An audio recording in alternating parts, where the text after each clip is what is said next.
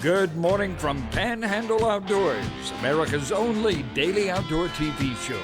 Your source for fishing, hunting, and information for folks who enjoy the great outdoors. Now sit back, relax. It's Panhandle Outdoors. Good morning, folks. Welcome to Panhandle Outdoors. I'm glad you're here today. Today is June the 25th, and it's a special day. You know why it's special?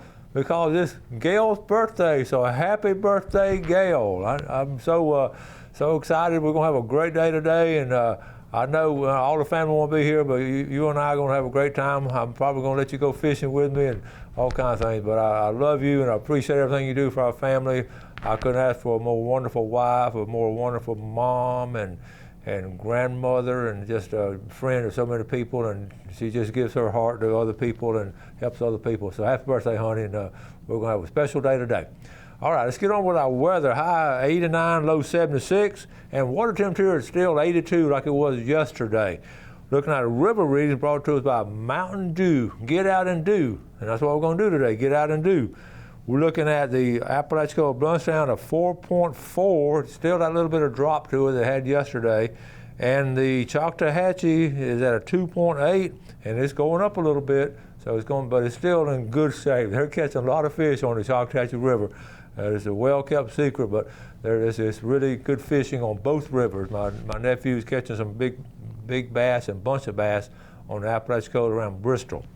All right, our tide chart brought to us by Kent Forest Lawn. We're looking at, like I said, today's the 25th, good strong tides today and on through the weekend, all the way through next Monday. Next Monday is going to be neap tides, but the weekend is going to be good. High is going to be right in the middle of the day at 12:25, then going out at 11:14. Really, a day like today is the ideal situation, fishing at whichever tide you want to fish.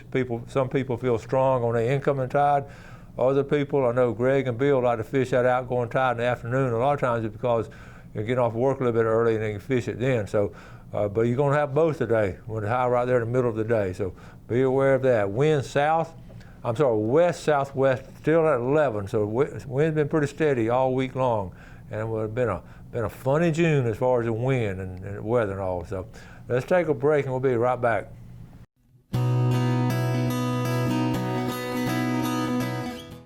Welcome back. Glad you're with us this morning. I am. I'm so glad you're with us. I appreciate you watching the show, and I enjoy doing it for you every morning, and appreciate all the work Jeff does. Jeff does most of the work behind the screen, switching his cameras and all, but he's always steady, and you always count on Jeff. Let's look at all the feedback we get from you. I've been talking about these gnats now. They're still bad. I got a little email from here, Ted Gagne, up here in Lynn Haven. Winston, I use a product called Repel with lemon eucalyptus to keep the gnats away, Ted. So that would be got some good advice for y'all. If you want to try that out, it may be worth a try. And they're still bad. People are still talking about them. I just don't know. I don't know why they are, but they are. All right, here's Anna Petronas, and here she is. She loves to fish. Now you don't usually see this. The next time you go out to Captain Anderson's, ask for Anna, and ask her why she kisses this big old red snapper, because she absolutely loves to fish. Good, way to go, Anna. All right, let me see. Here's another one of our viewers, Mark Calhoun. Mark said, one way to put the trout in the boat. I don't know the complete story on this. I don't know if the boat, he got it hooked on the other one's fence, but that was funny. Good job, Mark. Sent it from his iPhone there. All right, here's Larry Brown said this, kids inspecting the morning catch, a future Freeport fishing team. Aiden Harrison and his friends. And he loves to see those kids. I told him that could be a fishing team out of Freeport High School right there.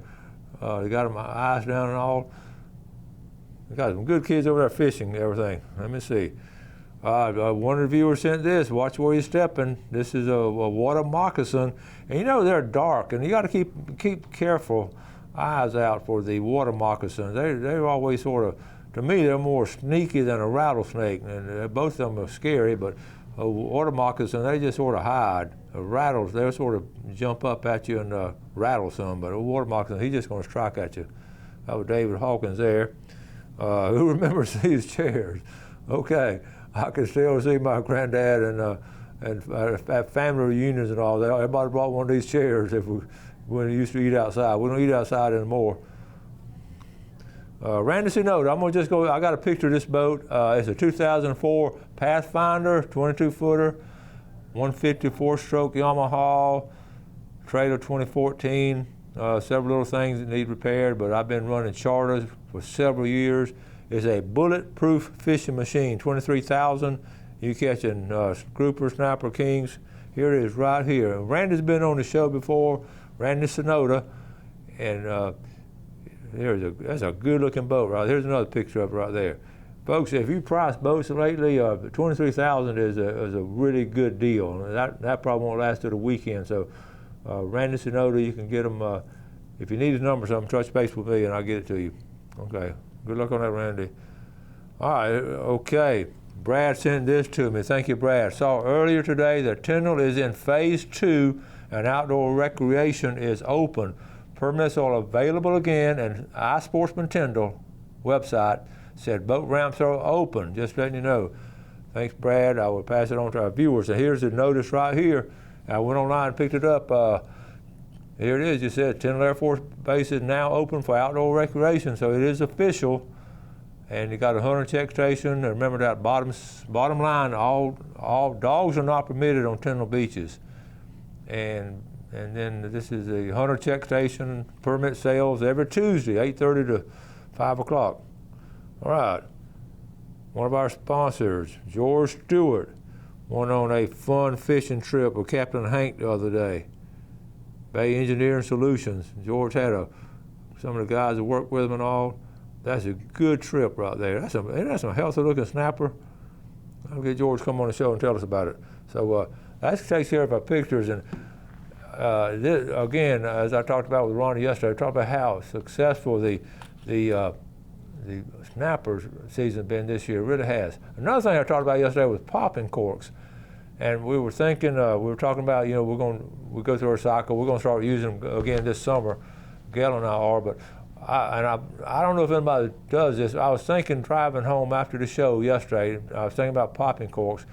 I wonder if anybody uses them. We go to a lot of surf fishing. If you go surf fishing early, a lot of times it's flat calm. And I was just curious if anybody does any surf fishing early in the morning when nobody's out there and pop it in the surf. My only drawback to that, it would bring in a lot of, to me, the reason I've probably never done it, I'm thinking about a lot of trash fish, not trash fish, just like bluefish and stuff like that, just going to attack it.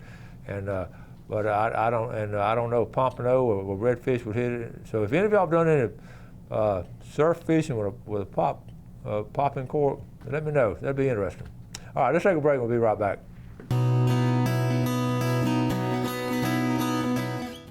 All right, welcome back. We're wishing Gail a happy birthday. One of the things I'm talking about, her going fishing with me, and we fished together a lot in our many years together, and she is an excellent fisherman. I love fishing with her. She fishes better than I do, honestly.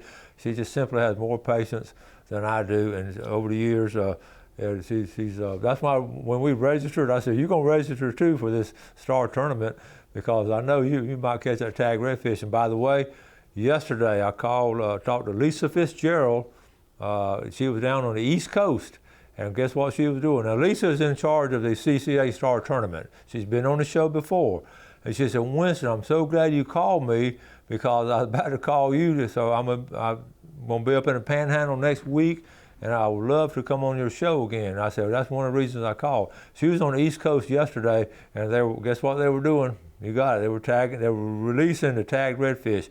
They tagged redfish before they get there, then they release them in certain spots. So they're doing that statewide now, and it's like 15 other species too, 15 total species. But she's going to come on the show hopefully one day next week. She's going to call today and find out what her schedule looks like next week. So anyway, glad to have her, and Lisa Fitzgerald, really a good outdoor lady as far as doing outdoor activities. Now, I want to do something special for Gail on her birthday, so I was thinking, I got one of her all-time favorite videos, and we're going to show it as an 8-minute video. And we've showed it, actually, Gail filmed it. It was as she does most of our stuff. It's in 2010, and it's Whitney dissecting the owl pellets. And that was just so special to us because, being your granddaughter and all, but just the intensity she had in trying to learn something. I want to share it with you again because this is something you can do with some young people in your family or some friends in the neighborhood.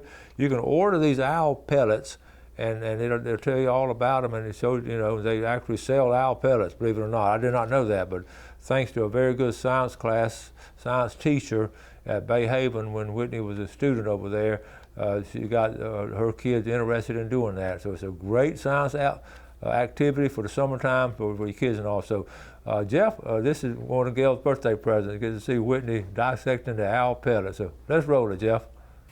All right, folks, I'm here with granddaughter Whitney. Y'all must have all seen her on the show before. She came on the other day all excited about something she had found. I said, wait, honey. I said, why don't you wait and show it, and we'll film it for Panhandle Outdoors. So, Whitney, tell us what you got, honey. Okay, right here we have an owl pellet. And an owl, most people think that it is the droppings, but no, it is owls. They cannot digest the fur and the bones and the teeth of the animals that they eat. So what they do is their stomach packs it into a little ball, and then they spit it out. And so we were up in Alabama, me and my dad, and we found this on the front doorstep of an abandoned house. And I decided to take it here to show my mom and my brother and sister and my granddaddy. And so we came here, and he said that he would like to show it on Panhandle Outdoors. So we got everything out. We have our tools here, and we have it right here, and we are going to take it apart and separate the bones from the fur, and we'll show you what the bones are and everything. All right, that sounds exciting now. Is that an owl pellet?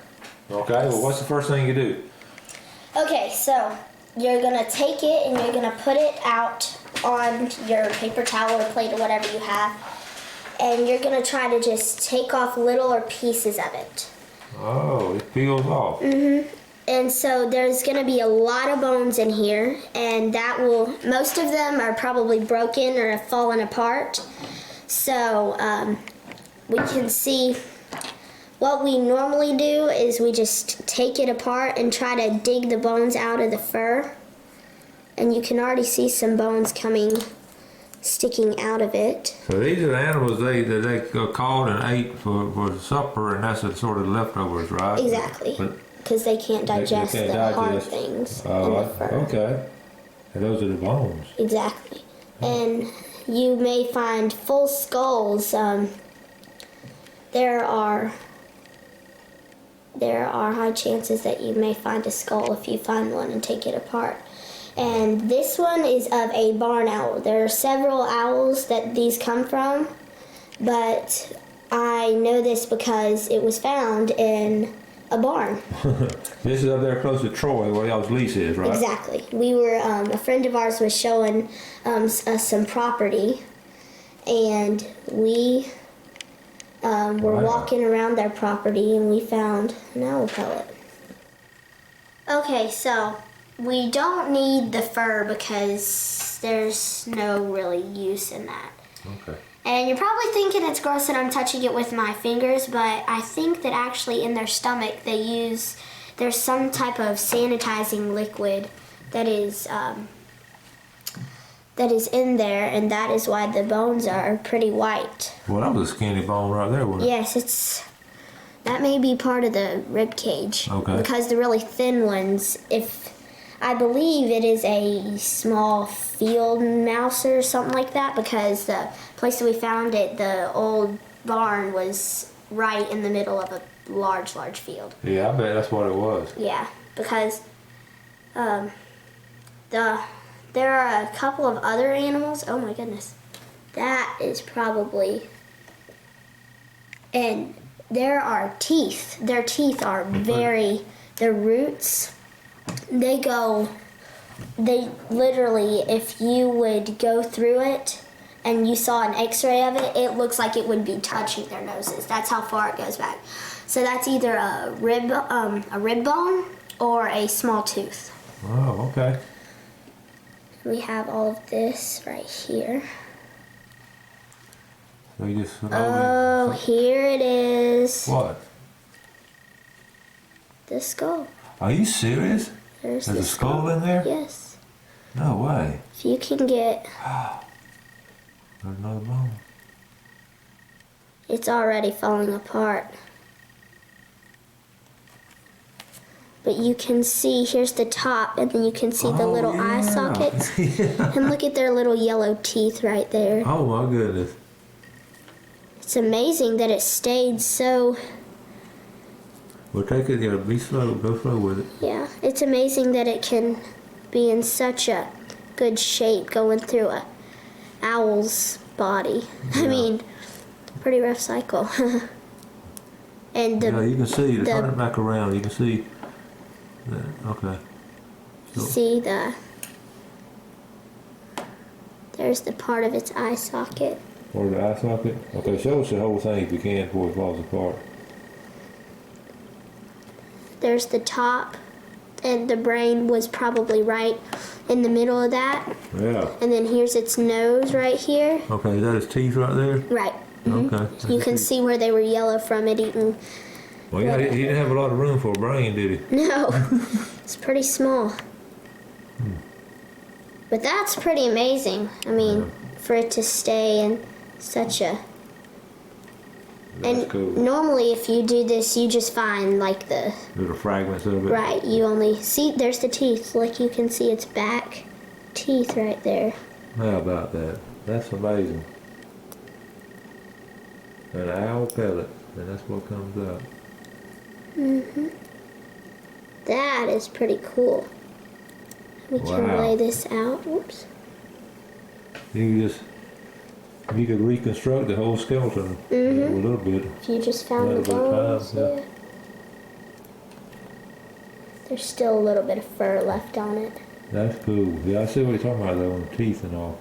And it's hard to get all of the fur off because it's so sticky the way Yeah, it I is. see. Yeah, look at that. That's cool. And there's the Okay. little teeth. So now there's just more bones. There's a bunch of more bones in there, huh? And look at this, there's another jaw. And it's not just one body. I mean, sometimes it can swallow a couple of mice and then spit it out in one bowl with a couple of mice in it. Oh. So it's not just one in there, mostly. There's just a couple more bones, and I mean, you could find hundreds of bones in here if you spent like a couple hours going through this. You could find just hundreds of teeny ones. This is just all part of the outdoors, isn't it? This is how the owl eats, and Yep. this is This is, the result of it. That's fascinating. and it's so hard to get all these little bones, like how tiny. Okay. Little Well, ones. that's fascinating. How'd you, I like to claim credit for teaching you a lot of stuff, but I didn't get to teach. How'd you learn about this, baby? Well, in class, my teacher, she even had to order some. Oh. She didn't find any, so she ordered some, and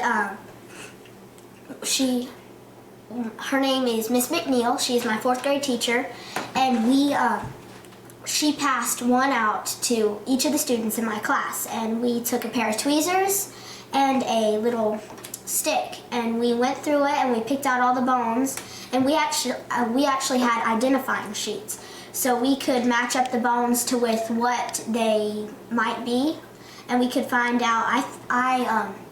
What was inside of mine, I had a vole.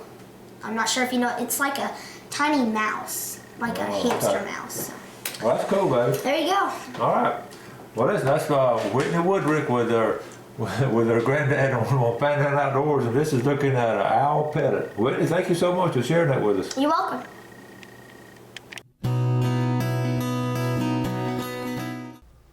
Welcome back. Hope you enjoyed that. That's just exciting and all. It was just pure joy right there. So let's move on with our fishing game time today, brought to us by Blue Water Outriggers. We're looking at 441 to 641 this morning, and this afternoon 507 to 707. Speaking of girls and ladies and doing things in the outdoors, I got a call the other day from down in St. Joe, Michaela McKee. And she was very outgoing and everything. There's a ladies fishing club. It's called the Swivel Sisters Women's Fishing Club down there. Who knew? So we're glad. She says some of the ladies watch the show on a regular basis and love the show. And what they're doing now, go and put this on your calendar, the Bayou Bash, and we participated in that many years ago.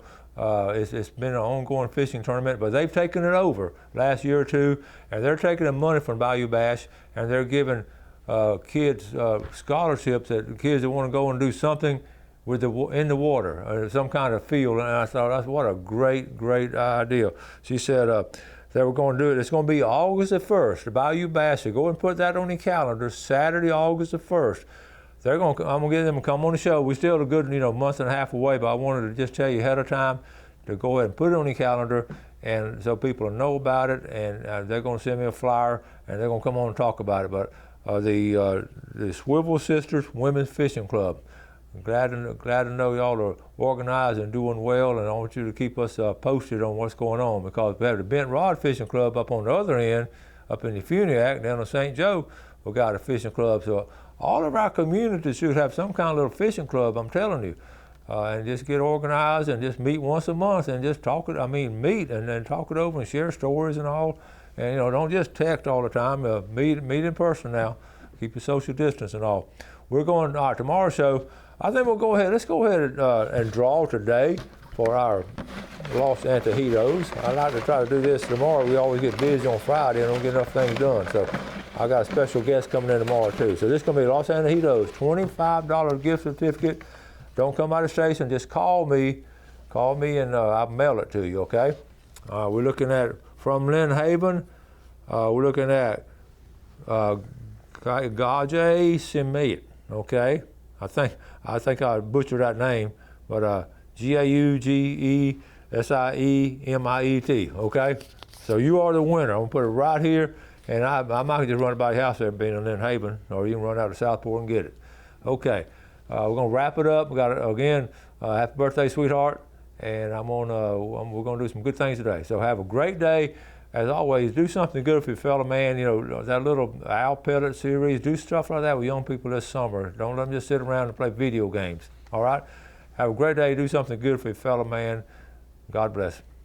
Thanks for watching America's only daily outdoor TV show, Panhandle Outdoors with Winston Chester, featuring hunting, fishing, and other activities and information to help you enjoy the great outdoors. Join us next time for Panhandle Outdoors.